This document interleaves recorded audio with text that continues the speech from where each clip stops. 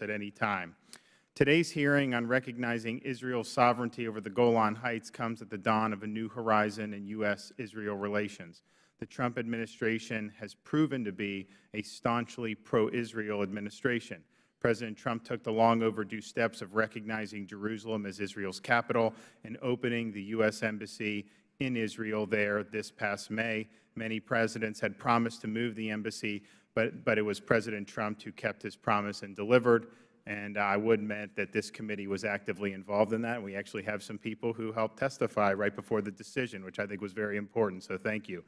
The President withdrew from the Iran deal that paved the way for Iran to acquire a nuclear weapon and provided huge amounts of money in sanctions relief and $1.7 billion in cold, hard cash.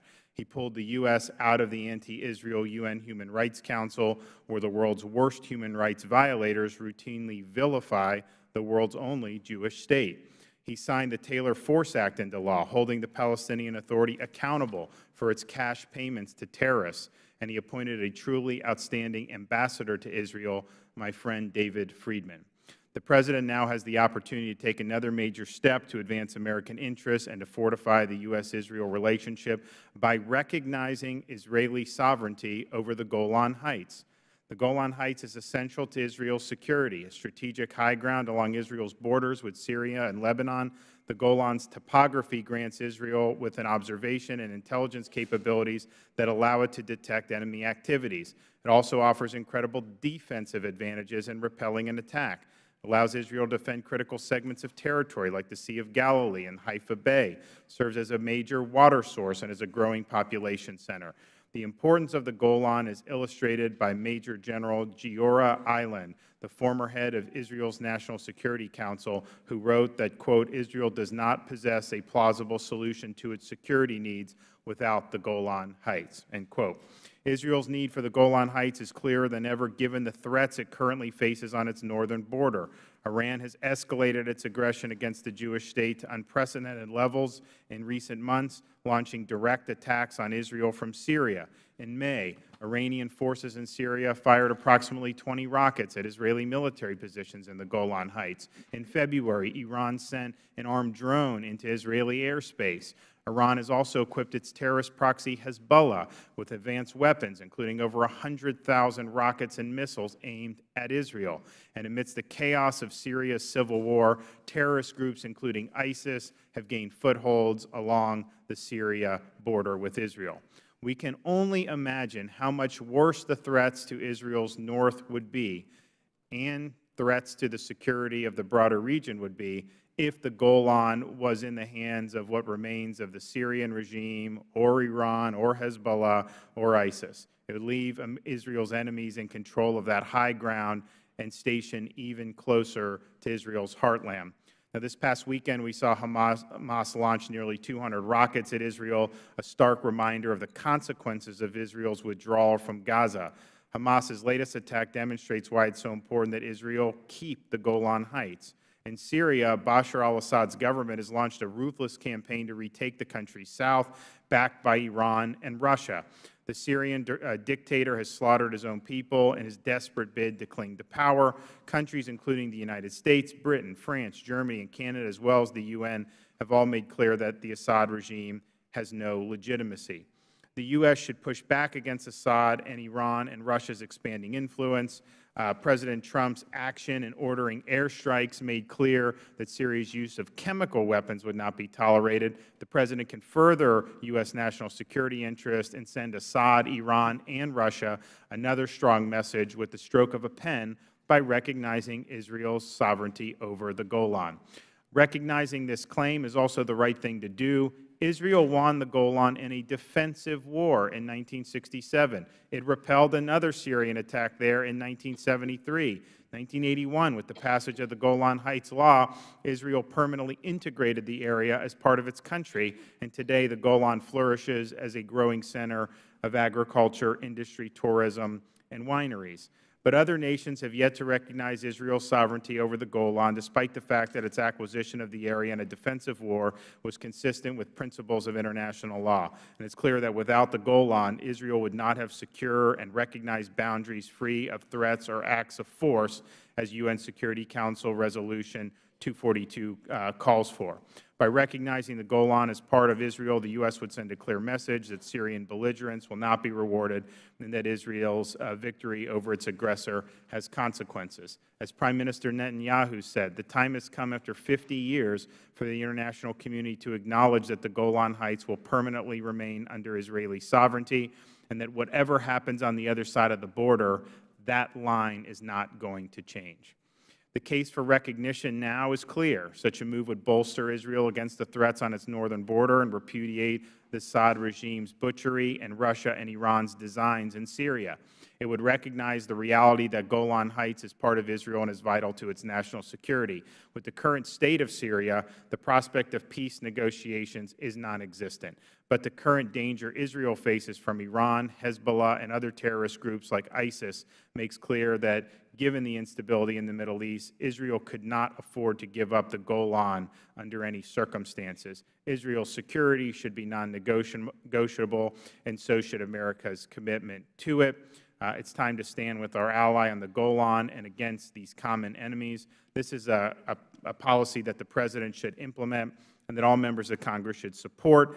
And I would note that we do have a great panel of witnesses here to discuss this issue. So I want to thank all the witnesses for coming and providing their views. Under no circumstance, just think how crazy it would be to say that Israel should give the Golan to Assad or some of these proxies. It would be absolute madness. So let's discuss this issue today. And before we hear from our witnesses, I'd like to recognize the ranking member, Mr. Lynch, for his opening statement. Thank you, Mr. Chairman. I'd also like to thank this esteemed panel of witnesses. Most of you are frequent flyers to this committee, and we appreciate your advice and words of wisdom.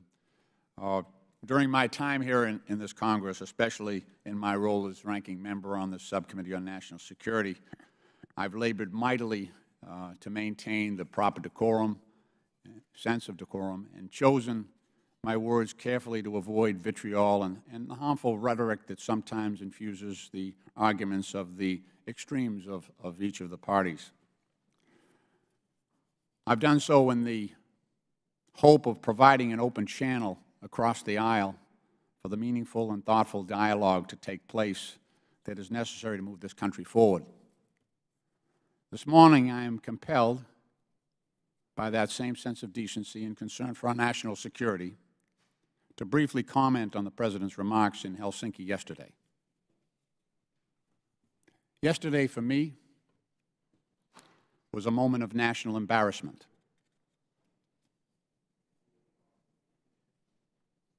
And I feel the President's words and positions taken constitute a physical injury upon the national security of this country. I only have two recommendations, quite briefly. One is to reassure the men and women who serve this country in our intelligence agency continue to do the work necessary to keep our country safe. We value the work that is being done by our national intelligence agencies. We want them to continue that work. The second recommendation I have is a return to fact-based decision-making in this country. Push back on the ideology and the rhetoric that comes from the extreme ends of each party.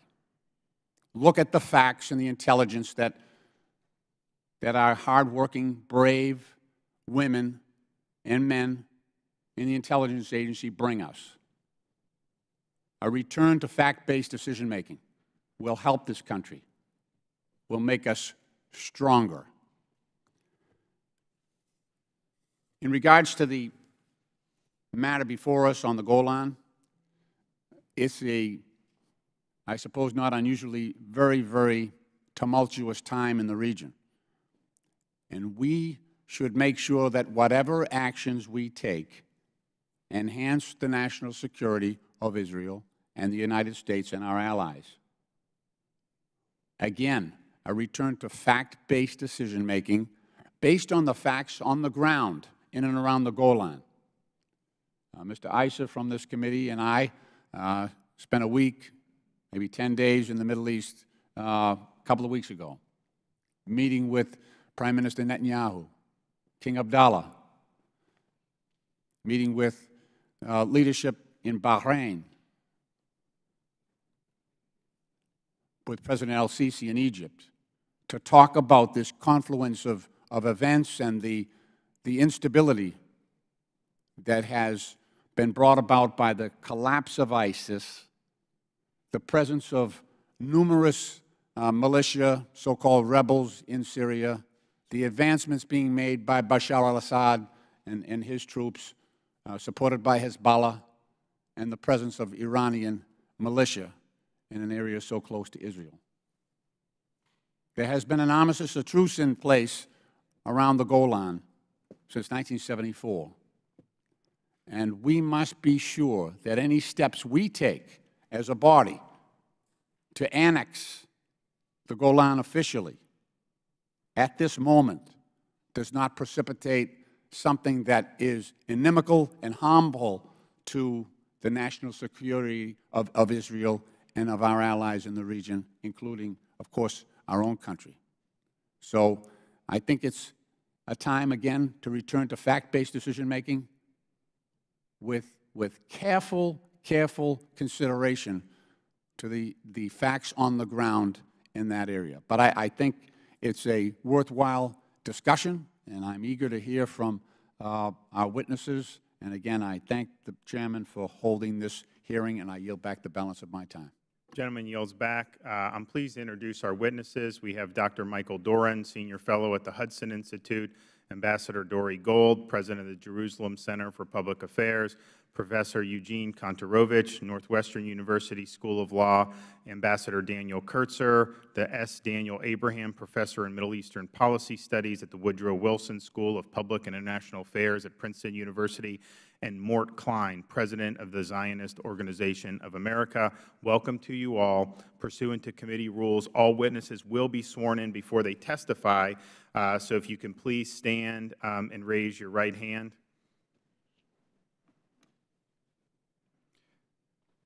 Do you solemnly swear or affirm that the testimony you're about to give is the truth, the whole truth, and nothing but the truth, so help you God? Please be seated. All witnesses answered in the affirmative. In order to allow time for discussion, please limit your testimony to 5 minutes. Your entire written statement will be made part of the record. As a reminder, the clock in front of you shows the remaining time during your opening statement. The light will turn yellow when you have 30 seconds left and red when your time is up. Please also remember to press the button to turn your microphone on before speaking. And with that, we'll recognize Dr. DORAN for 5 minutes. Chairman DeSantis, Ranking Member Lynch, and distinguished members of the subcommittee, thank you for having me speak today. It's an honor to appear before you on such a consequential issue in our national security. Mr. Chairman, the question of the Golan is part of a larger strategic problem. The Syria that will emerge from this devastating civil war will look nothing like the one we knew in 2011 when it began. This simple fact raises a big question. What is the Syria that we would like to see emerge from this conflict? What is the Syria that will best contribute to international peace and stability? That question is too big to answer here today, but we can tackle one piece of it. This war should lead to the United States recognizing Israeli sovereignty over the Golan Heights. Anyone truly concerned with international peace and security must conclude that this change is in the best interest of everyone, with the exception of the Iranian regime and its allies, and it is manifestly in the interest of the United States. In my written testimony, I gave 6 reasons why this is the case. Here I will summarize just 4 of them. First of all, it passes the test of the laboratory of real life. The last 70 years constitute the laboratory of real life, and its results are incontrovertible. When in the hands of Syria, the Golan Heights promoted conflict. When in the hands of Israel, they have promoted stability. Before the 1990s, the Syrian government refused to talk to Israel. Since the 1990s, it has unwaveringly demanded that Israel must withdraw to the line of 4 June 1967. This line would place the Syrians once again on the shores of the Sea of Galilee, and it would place them atop the Golan Heights, peering down at Israeli villages below. It would create a wedge of Syrian territory between Israel and Jordan to the south of the Sea of Galilee. The practical choice before us, therefore, is whether to support the permanent acquisition of the Golan Heights by Israel or to continue to whet the appetite of the Syrian regime for the acquisition of that territory. Between 1949 and 1967, literally thousands of clashes erupted between the two sides. By contrast, ever since Israel took control of the Golan Heights in June 1967, they have served as a natural geographic buffer between the two belligerents. The American interest, the interest of peace and security more generally, militates in favor of it remaining in Israeli hands. The second reason, containing Iran. From the outbreak of the Civil War, Iran and Russia have worked aggressively and brutally to shape a new Syria that will serve their interests. The influence of Iran is particularly worrisome because in the division of labor between Moscow and Tehran, Iran provides much of the ground forces. If Israel were to withdraw from the Golan Heights, Iranian forces would replace them. Mr. Chairman, ask yourself a few simple questions. Would any responsible American statesman ever choose to place Iranian soldiers on the Golan Heights so that they could peer down through their rifle scopes at Jewish civilians below? Is there any American interest that would be served by allowing Iran to have direct access to the Sea of Galilee, Israel's primary water reservoir? Would it ever be wise to place Iranian troops on the southern shores of the sea, where its territory would serve as a wedge between Jordan and Israel? The answer to all of those questions, obviously, is no. The third reason, the inherent instability of Syria. The risk of returning the Golan Heights to Syria is not simply a function of the current geopolitical alignment of the Assad regime. It is difficult to imagine at this moment, but it is not impossible that in the future, a pro-American regime could emerge in Damascus and seek peace with Israel.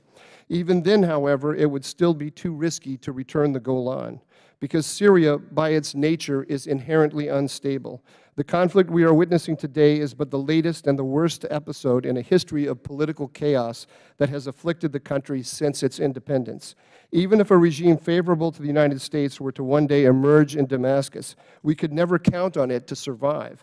The laboratory of real life teaches us that if we want the Golan Heights to serve as a reliable buffer between Syria and Israel and between Syria and Jordan, we must leave them in the hands of the Israelis. Lastly, aligning diplomacy with reality. We must recognize a simple fact. Israel is never going to withdraw from the territory, and for very good reason. Not recognizing this reality is diplomatic malpractice.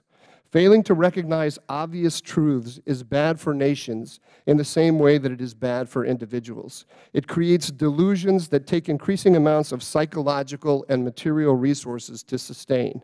Pretending that it is still 1973 and that we recognize a Syrian claim to the entire Golan, when in reality we do not, is not simply a diplomatic nicety. It is a formal invitation to the very real Iranian army in Syria and the very real Iranian Hezbollah proxy to continue a campaign of low-intensity warfare to reclaim the occupied Golan. Whose interest is served by the United States adopting stances that lend credence to the claims of Iran and Hezbollah, to the claim that Israel is occupying Syrian land? Certainly not the American interest, certainly not Israel's or Jordan's, and it is not in the interest of the Syrian people themselves who benefit from the stability that the Golan buffer provides. Refusing to recognize reality serves only the interests of Iran, Hezbollah, and Bashar al-Assad. Why should the United States expend very real political capital to help those hostile entities improve their strategic position against the United States and its allies?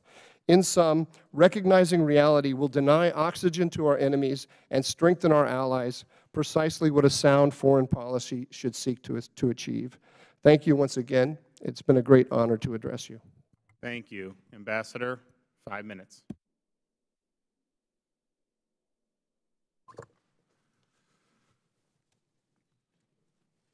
Mr. Chairman, thank you for convening today's hearing. Can you move the mic just a little bit closer? There you go. Perfect. Go ahead. Mr. Chairman, thank you for convening today's hearing. Mr. Lynch, thank you as well. A discussion about the Golan Heights today might seem baffling. Increasingly in recent years, many Israelis have expressed a huge sigh of relief that previous rounds of Israeli-Syrian negotiations did not result in an Israeli withdrawal from the Golan Heights. They basically didn't go anywhere. These Israelis imagine that had these earlier talks been concluded on Syrian terms, then in 2011, with the outbreak of the Syrian civil war, the forces of Jabhat al-Nusra, Daesh, that is ISIS, not to mention Assad's own ruthless army, would have been sitting along the coastline of the Sea of Galilee with their weapons aimed at the city of Tiberias across the lake. What has changed today is that with the imminent victory of the forces of Bashar al-Assad in the sector of South Syria, new diplomatic initiatives by outside actors cannot be ruled out. Already in March 2016, the UN's Special Envoy on Syria, Stefan de Mistura, proposed a paper called Essential Principles of a Political Solution in Syria. The first point of his 12-point paper specifically called for, quote, the restoration of the occupied Golan Heights, unquote, to Syria. This past February at the Valdai conference in Moscow, which I attended and I spoke at, Vitaly Naumkin, the leading Russian authority on Syria, insisted that Israeli sovereignty over the Golan Heights could not be accepted. He raised doubts about its very legality.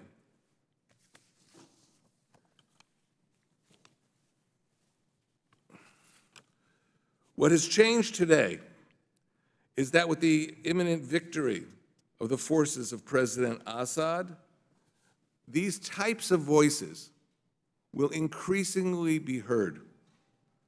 Traditionally, the Golan Heights has been the front line for Israel's defense in the north. Israel faced acute asymmetry in active duty forces against Syria. This meant that in 1973, Israel had to withstand an attack by 1,400 Syrian tanks with only 177 tanks on its side. Israel planned on a strategic line of volcanic hills, known in Hebrew as Kavatilim, that helped it to withstand any Syrian assault until Israel's reserve mobilization was complete. What are Israel's potential sources of concern that make the Golan critical for Israel's security today? First, given the proclivity of Middle Eastern regimes to spend their resources on military acquisitions, the eventual recovery of the Syrian army must be anticipated despite its current weaknesses. In light of Russia's role in saving the Assad regime, massive Russian arms transfers to the Syrian armed forces will likely provide the basis for the renewal of Syrian military power.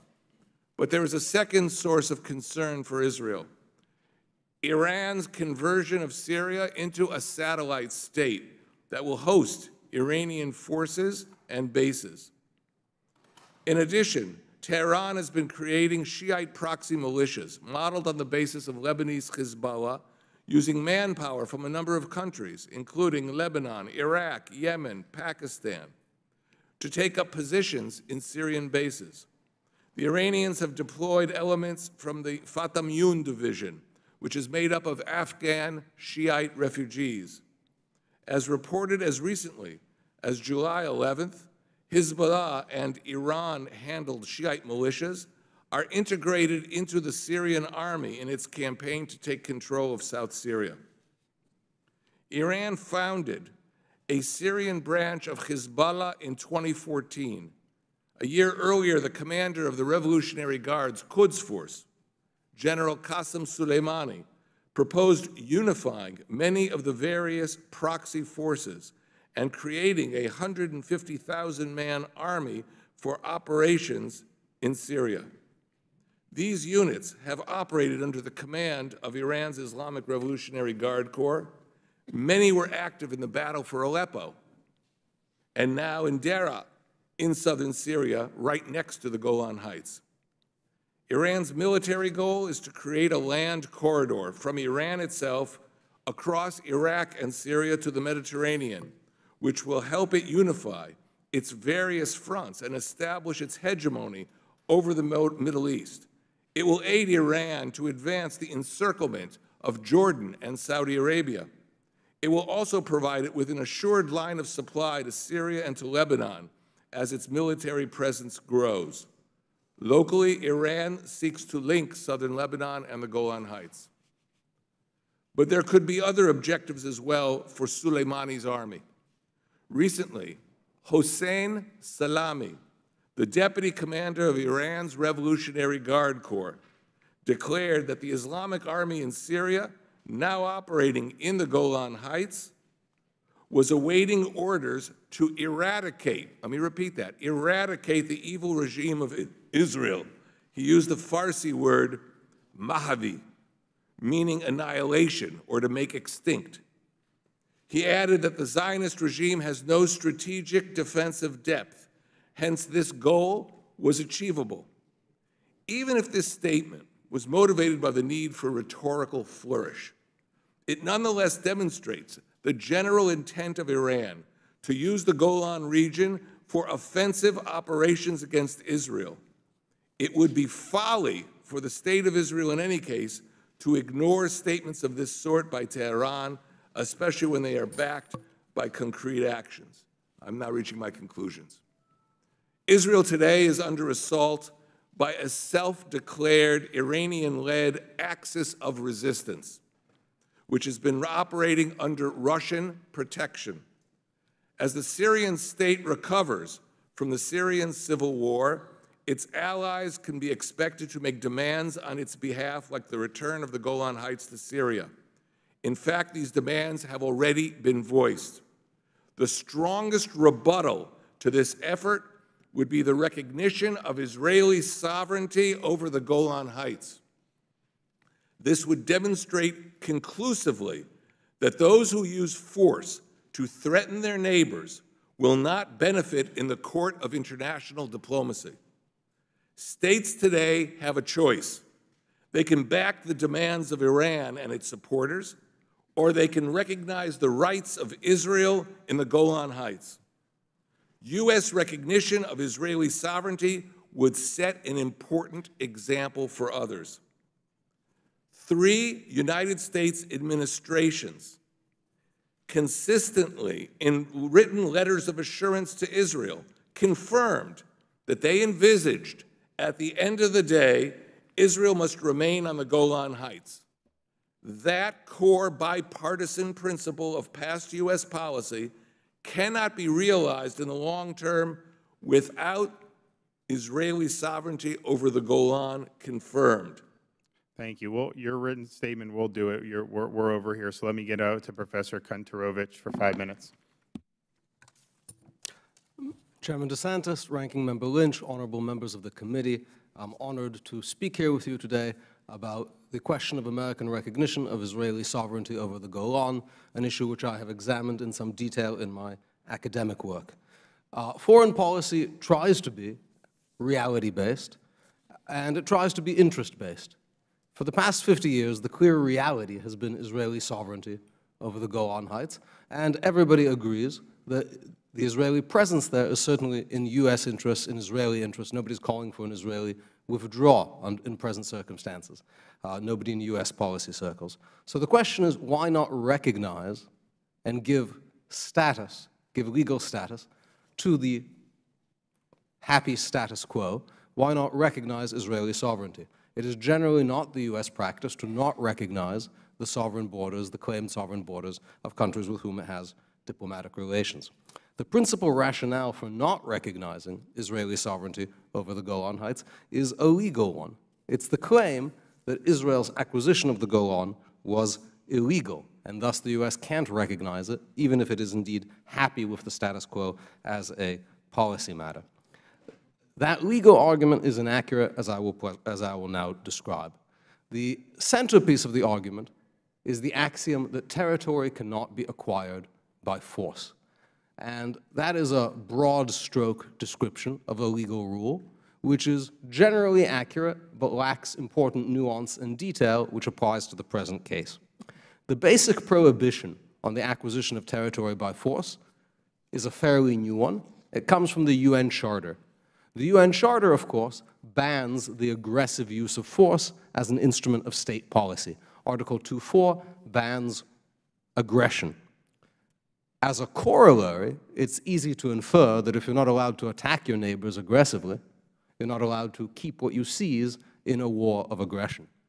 That's because the underlying war is illegal. So if you do something illegal, you cannot keep the poisoned fruits. But not all war is illegal.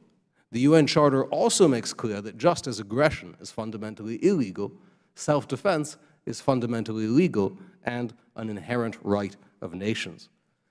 If the underlying war is legal, there is no reason to infer the corollary that territorial change resulting from such war would be illegal. Thus, in a defensive war, acquisition of force may well be legal. Now, let us examine what the status of this principle was in 1967, because we need not ask what is the status of the legality of defensive conquest today, because we need to ask what was the status in 1967 when the relevant events occurred. And it's very easy to find out what the status of this rule was in 1967. You go and see what people were saying about it in 1967 and before 1967. First of all, it's important to note state practice under the UN Charter. After the passage of the UN Charter, it was not the case that the countries that joined the Charter said defensive conquest is out the window. Indeed, most countries of Europe that were part of the victorious Allied cause redrew their borders to the detriment of the defeated Axis powers after the adoption of the UN Charter. Countries like Holland, France, Russia, Greece, all acquired territory from their defeated neighbors in the 1940s as a result of World War II. They were well aware that this would raise a question what the legal basis was, and in discussions at the UN, the answer was quite clear. Those territorial changes are not precluded by the UN Charter because the underlying war was legal and defensive on the part of the Allies. This continued into the 1950s. Today, the Republic of Korea, South Korea, has territory, controls territory north of the 38th parallel.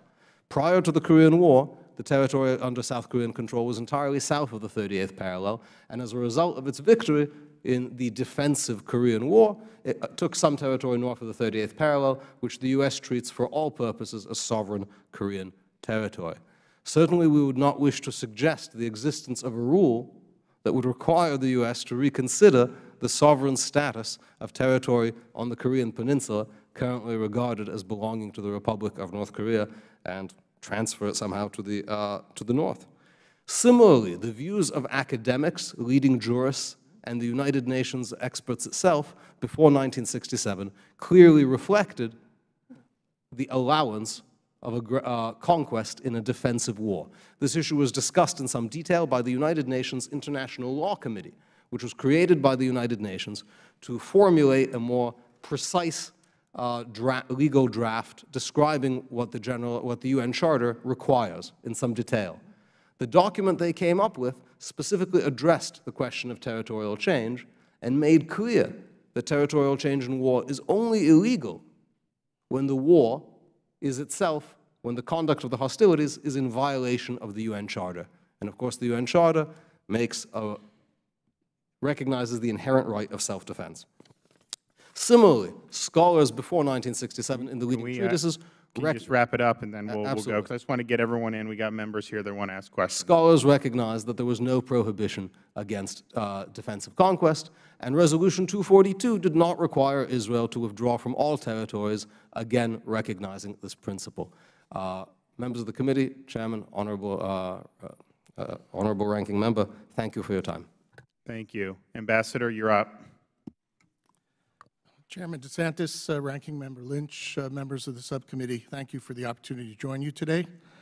Drawing on 3 decades of experience in the United States Foreign Service, including 4 years serving in Israel during the 1980s in the Reagan administration, and then 4 more years as President George W. Bush's ambassador to Israel, my analysis and recommendation on this issue is rooted in 2 questions. First, is there a compelling American interest that would be advanced by recognizing Israeli sovereignty over the Golan Heights? Second, would recognition of Israeli sovereignty materially enhance Israeli security? Let me start with the bottom line. The answer to both questions, I believe, is no. I believe that our national security interests counsel in favor of maintaining our existing policy with respect to Israel, Syria, and the Golan Heights. That policy includes strong and determined support for Israel's serious and legitimate security concerns, support for Israel's humanitarian assistance to victims of the conflict in Syria, and maintenance of the status quo with respect to the status of the Golan Heights themselves. The threats to Israel from Syria are real. Since the start of the civil war in 2011, the Syrian regime and its allies, Iran, Iranian proxies, and Hezbollah, have threatened Israel's security from across the separation of forces line that was agreed between Israel and Syria in 1974. In the face of these threats, Israel's policy has been restrained and nuanced. Israel has made clear that it has no interest to interfere in Syria's internal struggles. Israel has made equally clear that it would act as necessary to safeguard its security in response to threats emanating from Syrian territory. Both elements of this Israeli policy were reiterated last week by Prime Minister Netanyahu before and during his visit to Moscow. The United States has wisely supported Israel's actions to defend itself, including the interdiction of Iranian arms shipments to Hezbollah via Syria, attacks targeting Iranian arms depots and installations, and disruption of efforts by Iran and its proxies to establish a permanent military presence in Syria. None of these essential actions by Israel would be enhanced by U.S. recognition of Israeli sovereignty over the Golan Heights. Israel's current policy and actions, in fact, have garnered wide understanding and support. Changing the subject now to Golan's legal status would change the discourse in the region, including among Arab states that are drawing closer to Israel in the face of common threats to their own security. Indeed, a change in U.S. policy would put the focus on this issue, instead of where it belongs, on the murderous actions of the Syrian regime and the support provided to Syria by Iran and Russia. As we all know, the issue of Golan sovereignty is nowhere near the top of the Middle East's overburdened agenda. What sense, therefore, does it make to focus on this issue now?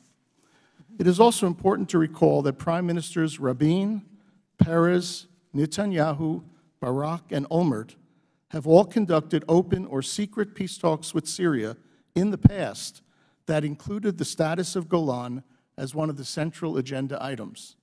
Notwithstanding Israel's 1981 legislation that extended Israeli law, jurisdiction, and administration to the Golan Heights, Prime Minister Rabin's policy, articulated in 1993, has de facto been adopted by all of these prime ministers since then. That is, Israeli willingness to meet Syria's requirements on territory if Syria were ready to meet Israel's requirements on security, water, and the nature of peace. To be sure, I do not advocate the resumption of peace talks now, and surely do not advocate any change in the status quo on Golan. But it also makes no sense to introduce this sovereignty issue now in the midst of the volatile situation in Syria. Since 1967, the United States has considered Golan to be occupied territory, covered by the provisions of United Nations Security Council Resolution 242. And the United States has also been sensitive to Israel's legitimate security needs, as reflected in the 1975 letter sent by President Gerald Ford to Prime Minister Rabin and reiterated later by subsequent administrations. Finally, the United States has a fundamental, long-standing interest in supporting the territorial integrity of states, even those we don't like. Syria has a very long way to go before it can reconstruct its politics, society, and economy and take its place among the civilized nations of the world. But the Syrian case does not offer a justification for changing American policy on this crucial principle. I will close by emphasizing again that the United States must continue to support Israel's security actions designed to protect its citizens from attacks emanating from Syria.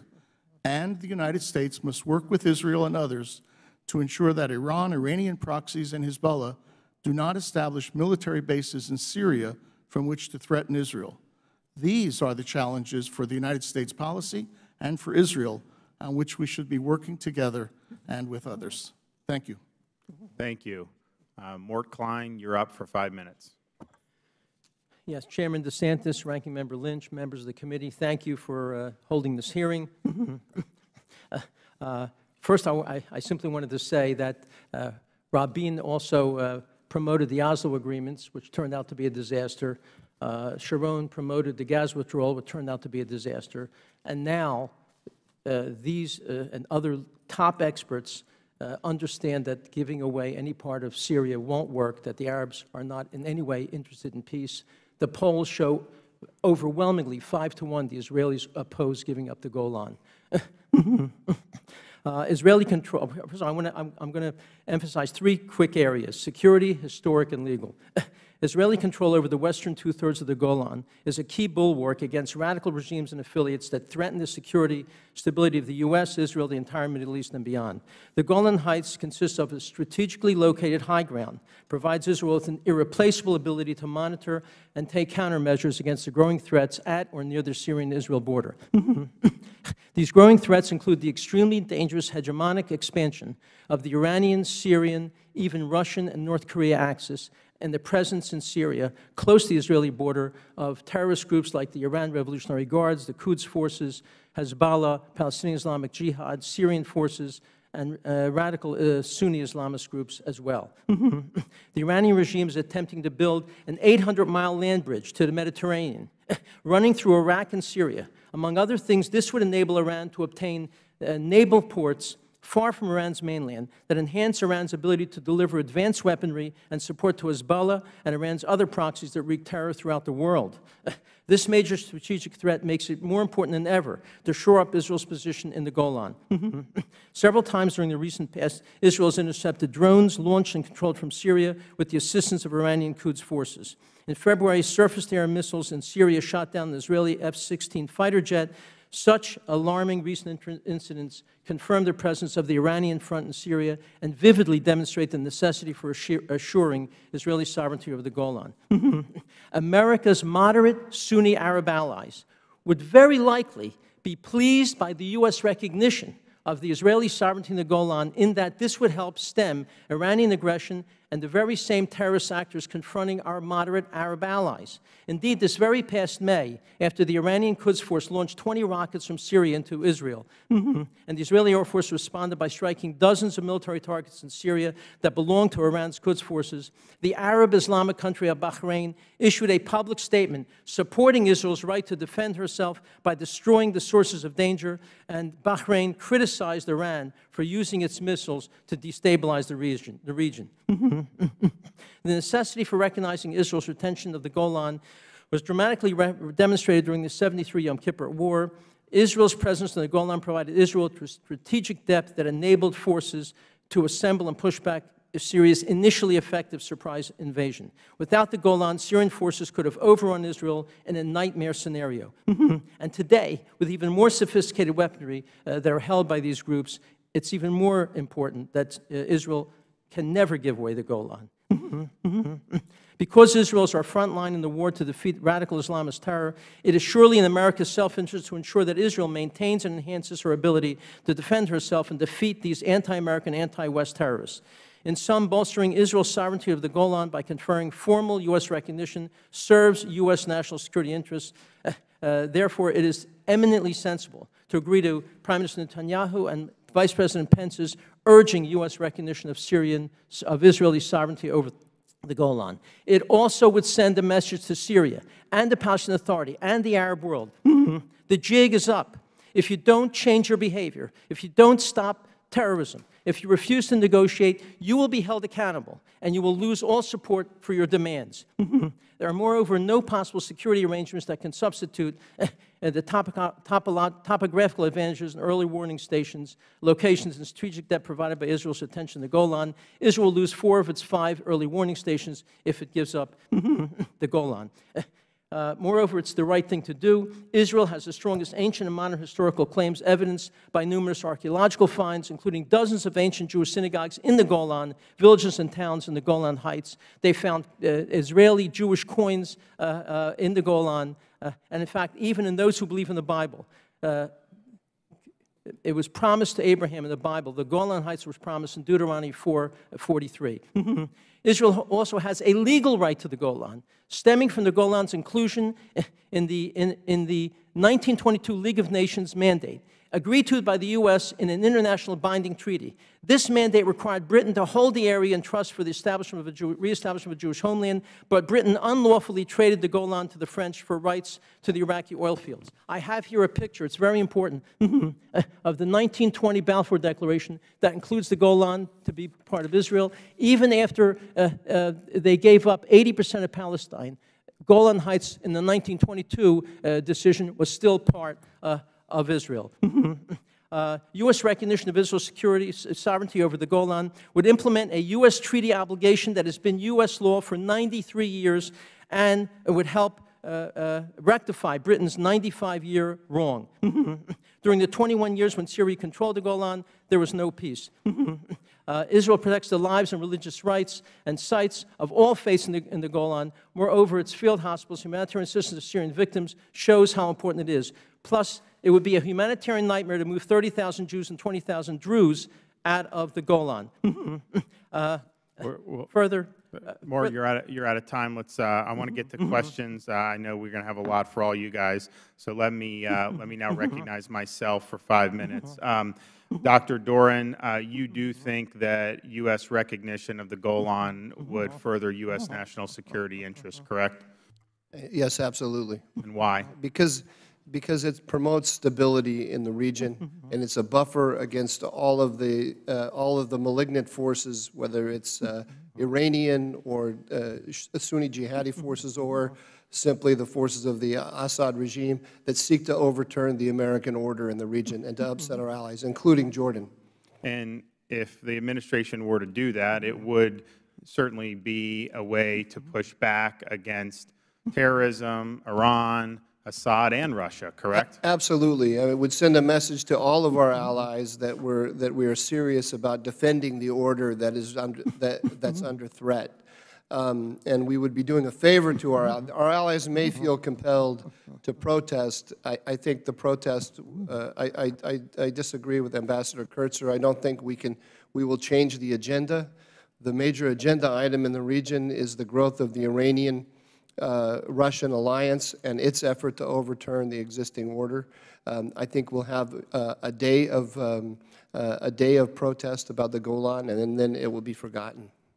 Ambassador Gold, would this be in Israel's national security interest to have U.S. recognition of the Golan? I believe U.S. recognition of Israel's sovereignty on the Golan would unquestionably be in Israel's security interest. Look, everyone talks about Israeli forces staying on the Golan Heights. That's in the famous Ford letter from 1975, repeated again by James Baker's letter before Madrid, repeated again by Warren Christopher's letter to Israel. So that concept is a bipartisan concept. Now let's use our minds for a minute. How do you keep Israeli forces on the Golan Heights if people think it's Syrian sovereign territory? I mean, I don't think a seminar at Harvard Law School could figure this one out. I think— Well, that actually may be the last place you'd want to figure it out, Okay. but that's neither But here nor there. what I am saying is And I the speak best from way to experience. assure— As a Harvard guy, I got to object to that. the best way to assure that is to do the logical thing and assure Israelis' sovereignty, and that will protect the Israeli military presence that almost everybody agrees must be continued, particularly when you're at the end of a war in Syria where a number of countries are now going to come and say, okay, how do we create a new order in Syria? we get rid of the Israelis in the Golan. Prevent it, establish Israeli sovereignty. Professor, if people disagree with what your analysis, isn't that basically saying that you can commit acts of aggression and not really pay a price for it? Quite the opposite. Well, no, the people who disagree with you are saying that countries can commit acts of aggression and not end up paying a price for it, right? That's exactly right. The notion that defensive conquest would be prohibited, and for example, that Israel's control of the Golan is only temporary, is in effect an insurance policy for aggressors, because they know if they attack a neighboring country, maybe they'll succeed, and at least they'll break even if a country is properly occupying territory of an aggressor. They have to give it back at some point. And what that does is incentivizes not just aggression, but also a failure to make peace. Because a regime like Damascus will know that they will not lose territory by attacking. And even 50 years of failure to make peace, they could still get the territory back. Mr. Klein, you were here when we did our embassy investigation and hearing last year. A lot of people were saying, oh, you know, it's not the right time, you know, you can't do it. But that was a very successful decision and successful move. I think most of us look at that now. Don't we have a lot of momentum right now to continue leading, have the U.S. administration lead on some of these issues and make a lot of progress? So to me, now's the perfect time to do this. Yes, also, it was predicted that the Palestinian Authority would have a rage of terrorist attacks, which never developed. I think because America is showing the strength, now you see in Iran demonstrations condemning Palestine. There's no such country, but the Palestinian Authority. And this is really a time to continue and send a message that the jig is up.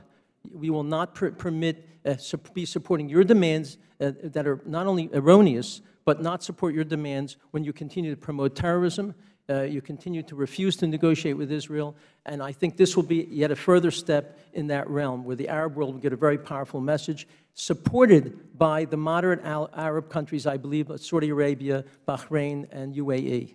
Thank you. My time's expired. I now recognize the ranking member, Mr. Lynch, for 5 minutes. Thank you very much, Mr. Chairman. Thank you all again. Ambassador Kircher, let me rephrase or let me repeat Professor Kontorovich's question. No one is calling for Israeli withdrawal from the Golan. Why not support the happy status quo? Congressman, that's exactly right, and that's exactly been American policy since 1967. In 1975, when President Ford did send a letter to Prime Minister Rabin, which was reiterated later on, it recognized Israel's very significant security interests. And what that letter said was that at the time when Israel and Syria would try to reach an agreement on the status of the Golan Heights, the United States would give great weight to Israel's position of remaining. It did not declare support for sovereignty, because that would be denying the two parties the ability to make their own sovereign choices. So we had a smart policy in 1975, and that policy has continued until today. The key issue, and I go to the Chairman's first question to Dr. DORAN, is how does this serve American national interests? And the answer is it does not, because it would in fact change the discourse from focusing on Israeli security to focusing on this question when it needs not happen now. Right. I've had an opportunity several times to visit the Golan, going back to my days in the State Senate in Massachusetts. I do recall having dinner with a family in Tiberias, and the Golan is looming over that entire city or town.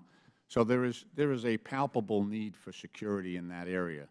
And the letters from, you know, Gerald Ford and I think it was Warren Christopher and others have repeated this narrative that the Golan is necessary to, you know, Israeli forces in the Golan are necessary to Israel's security because of the actions that have taken place there, and it is real, it is necessary, it is important. My worry is that instead of the happy status quo where the Golan and areas there that are vulnerable are protected, we change the narrative to, away from one of Israeli defense to one where we're overreaching, the United States. And in the circumstances that we have right now, I mean, the reports this morning, we've got, they're saying hundreds of thousands of people fleeing the conflict between the rebels and the forces of Bashar al-Assad and Iranian militia and Russian air cover are fleeing into the area next to the Golan. So do we want to change that narrative? Do we want to change the one of supporting Israel's right to defend itself to one where the talk is Israel's annexing the Golan in violation of the previous agreement that's been in place since 1974, at least, if not to 67? Do we want to change that narrative? Congressman Lynch, I think you're exactly right. The issue now is one of garnering support internationally through our diplomacy, through our work in various fora, support for Israel's security requirements. And that's becoming more successful as many in the Arab world see a common threat emanating from Iran.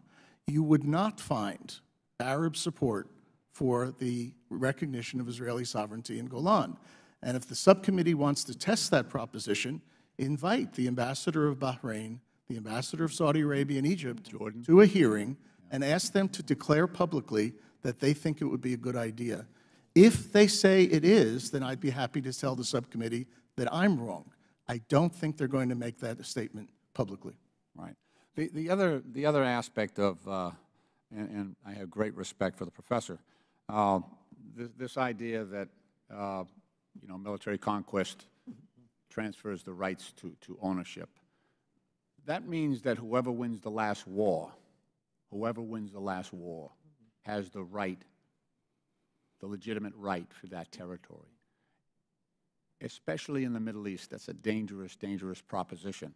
And it's one that I don't think following that policy leads to a safe and secure and a peaceful Middle East or a safe and secure Israel either. My time has expired, Mr. Chairman. I yield back. You want to respond before I recommend? Just one comment. Well, let me ask. Let's give the professor just a minute, a quick, be short, and then I'm going to recognize Mr. Heiss. Mr. Lynch, quick clarification of the position being outlined here. It is not that territory can be taken in any war, or even in most wars. It is that when a country that is itself attacked in the exercise of its self-defense changes the frontiers. Now, we recognize that self-defense is legal, so we need to make that judgment. We believe we can make that judgment, that we can tell Crimea apart from the Golan. And if we can't tell aggression from defense, if it all looks the same, then the entire basis of the UN Charter's security system is undermined. Right. But and I totally respect that. But even in today's testimony, we've gone back to the Bible. So every nation in the Middle East at some point can claim that they were the victim of aggression. Do you see where that leads? Especially in this area. We go back to the books of Deuteronomy, and it just the right of possession of the Golan as presented to Abraham. It's just it's never ending if you apply that rule in this region because of the history. That's all. And I totally respect your scholarship and your willingness to come here and help us with our work. Thank you.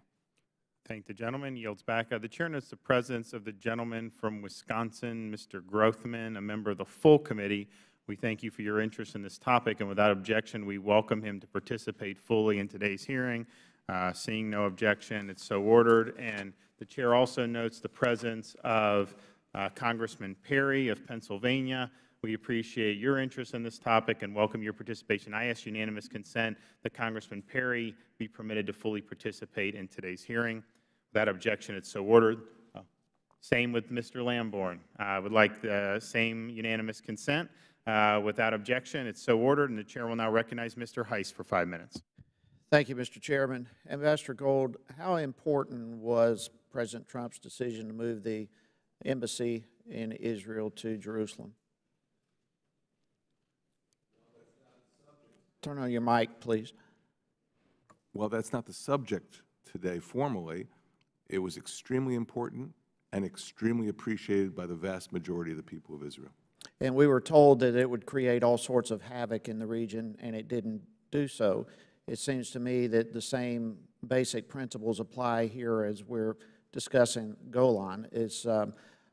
So I think the point of that move being very positive in every way without creating the fear and the turmoil that was expected by some is a valid point for what we're doing now. Now we have Assad's regime, a campaign in southern Syria, obviously threatening Israel's sovereignty. What are the implications of that?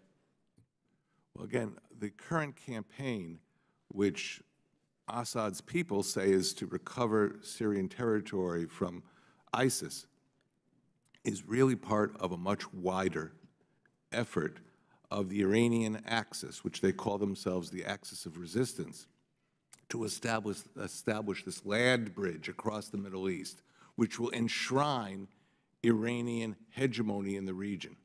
That should be our point of departure. And, you know, if some Arab states are not willing to come to this committee and extol the idea of Israeli sovereignty over the Golan Heights, it's because our diplomatic work, and I was involved in Golan negotiations for the State of Israel.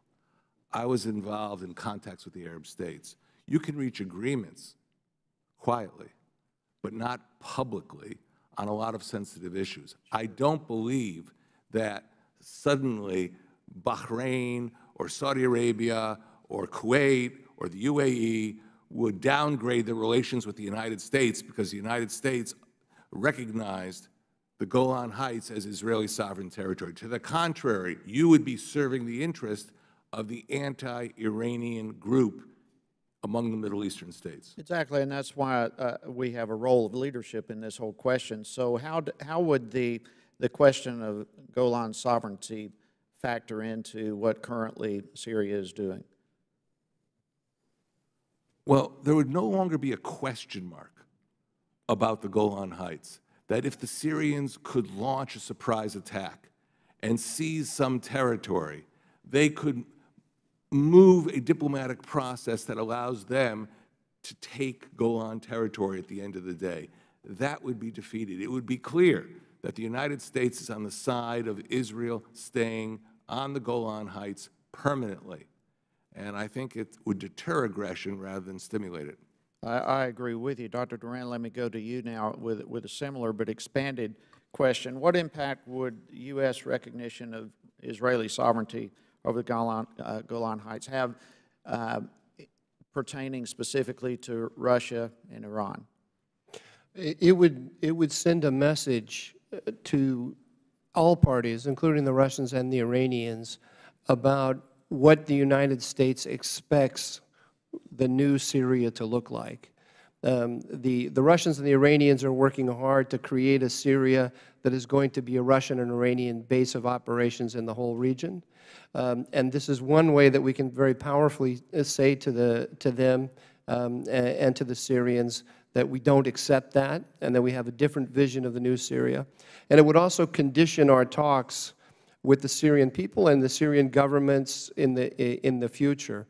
You know, it was noted that the previous Israeli prime ministers sat down with the Syrian representatives and entertained the possibility of returning to the 4 June 1967 line.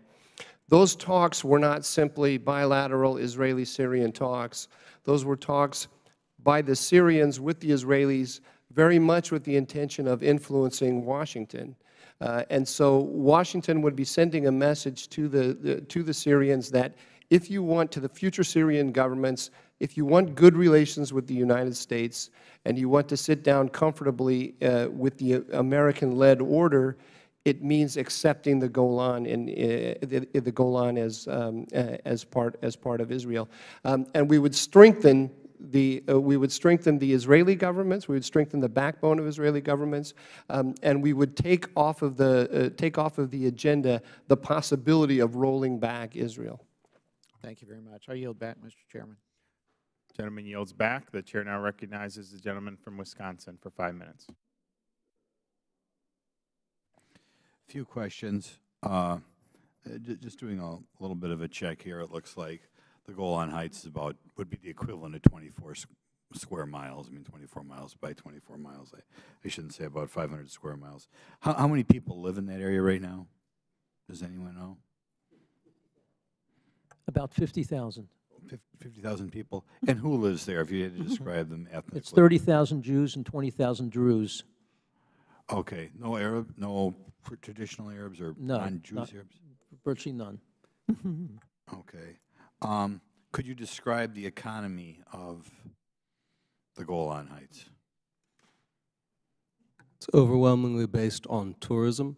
There's also agriculture, and now there are some clean energy industries being explored. Could you describe the economy today compared to the economy 50 years ago? The economy is vastly more developed. It's accessible to tourists. All of the infrastructure in the area has been developed by Israel since 1967. Could you compare the economy of the Israeli-occupied Golan Heights to the Golan Heights immediately adjacent to it? The Syrian Golan Heights is now principally a battleground between different rebel groups and themselves, and between rebel groups and Assad. It's a desolate wasteland. I would say, could you describe the quality of agriculture on the area controlled by Israel compared to the area controlled by Syria?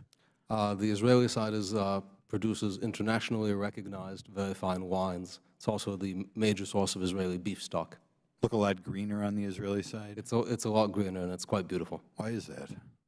Because of the quality of the agriculture, the quality of the irrigation, and the lack of a prolonged ethnic cleansing process. Okay. The people who previously were, obviously Syria has a problem that they are made up of a lot of ethnic groups, don't get along. The people who have left the Golan, how would you describe their ethnicity? People the Druze on the Golan? The ones who left. So very few Druze left during the war. The Six-Day War ended too fast for anyone to really Were there any run away. Did any people leave the Golan? No, it was not a source of refugees. Okay, so the same people are living there now who basically lived there 50 years ago. That's exactly right. Okay. Is there anything that could be done kind of short of full recognition that would be a step in that direction? Several steps could be taken. Encouraging congressional delegations to visit is a simple step. Putting in the foreign aid budget for Israel an explicit permission for Israel to use money appropriated to it for defense and other purposes in the Golan Heights. Encouraging the creation of defense and research projects, joint defense and research projects in the Golan Heights, and modifying the U.S.-Israel joint science research agreements to explicitly allow the use of funds for research on agriculture and clean energy in the Golan Heights. It seems to me a lot of anti-Israeli feeling in this country is focused on this boycott, divest, sanctions effort. How do they use the Golan Heights? How does this effort use the Golan Heights? The Golan Heights is completely subject to efforts of economic warfare against Israel, while the BDS movement claims that their goal is Palestinian self-determination. The boycott aspect is applied 100% to the Golan, where there is no question of Palestinian self-determination. Crucially, United Nations resolutions that seek to promote economic strangleholds on Israeli territories apply to the Golan. EU labeling policies apply to the Golan, and there is no distinction made, even though there is no claim of self-determination or a right to statehood in this area. Okay. Anybody else can jump in, too. Anybody trying to leave? I mean, you said we have 30,000 Israeli Jews in there and 20,000 Druze, is that right? Anybody trying to leave? Anybody unhappy that Israel's running it right now? No, they're not unhappy. You only need to look at what's going on in Syria and see that they don't want to trade their status in Israel for Syrian citizenship. Or Jordan or Lebanon. Or Jordan or Lebanon, but they have Syrian citizenship if they have kept their Syrian citizenship if they want to. Younger people are accepting Israeli citizenship, which is on offer, but those who haven't accepted Israeli citizenship are not doing it because they necessarily prefer Syrian citizenship. They've done it because there is a question mark over the status of the Golan, and it might go back to Assad. And if they choose Israeli citizenship over Syrian and it goes citizenship and it goes back to Assad, then they and their families fear retribution. Okay. Guess I've used my 5 minutes. Thank you very much. Gentleman's time's expired. The chair now recognizes the gentleman from Colorado for 5 minutes. Thank you, Mr. Chairman. Thank you for having this hearing. It's an issue that I've been very interested in for a long time, so this is a very timely and important issue. In fact, in the last Congress, I introduced House Resolution 768, expressing the sense of the House that it's in the U.S. national security interest for Israel to maintain control of the Golan Heights. So this has been a great testimony that we've all provided. I appreciate that. But I do want to focus in more than we have so far on Iran and Iran's designs. We've talked a little bit about the land bridge, and that's been helpful. Has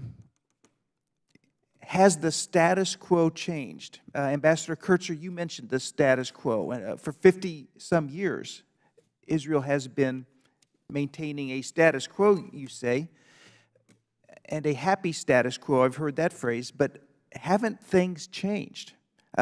Ambassador Gold or Dr. DORAN, with Iran's involvement in the Syrian civil war, Iran's stated intentions to find ways to annihilate Israel, not that that language has changed, but their ability to do so, or harm Israel at least, has changed due to their proximity now to the Golan Heights and their involvement in Syria, their involvement in Lebanon. So for the two of you, could you comment on whether the status quo has changed to the point where the U.S. policy should change? Well, one issue which I did raise is Iranian planning. And the fact of the matter is that the Iranians are planning on building a very large army. Now, these Shiite militias are trained and equipped by Iran and deployed in Syria. The goal, according to General Soleimani himself, is to get to 150,000 men. Now remember, Israel does not keep the whole Israeli army on the Golan Heights. It has a small blocking force. The number of soldiers it puts there is classified. But after 48 hours, we get to full mobilization, and then we can withstand an attack. Now, if there is a massive Iranian force in the next 5 to 6 years that develops in Syria, that plans to attack Israel, Israel's dependence on the Golan Heights and the initial terrain conditions that the Golan presents to Israel will become more vital. One of the witnesses that was supposed to appear here was General Giora Island, and he was the mastermind, the architect. If you could summarize, because I'm running out of time. Okay. Well, I'm just saying there's no alternative to Israeli military presence on the Golan Heights, enshrined, protected diplomatically by Israeli sovereignty. And by U.S. recognition of that sovereignty? And U.S. recognition of that sovereignty, that would be the strongest defense of Israel in the international community. And Dr. DORAN, if you could answer that, but throw in the following thought. Has relations between Israel and the neighboring friendly Arab states, given Iran's threats that have united this sort of ad hoc coalition, has that changed the status quo as well? It's totally changed the status quo. And there are, I think, three major factors at work here that make the map of the Middle East today totally different than when UN Resolution 242 was issued. One is the rise of the Iranians. The second is the question mark about American power. The United States has downgraded the Middle East somewhat in its foreign policy, and everyone in the region wonders how much has it been downgraded. And the third thing is the near disintegration of Syria. And so I think I leave it to Professor Kantorovich to say whether this is a valid legal principle, but I think it should be a principle of our policy that the entity that was in Syria when UN Resolution 242 was issued is no longer there. When we're negotiating with the Assad regime now, behind it is Syria. I mean, behind it is Iran.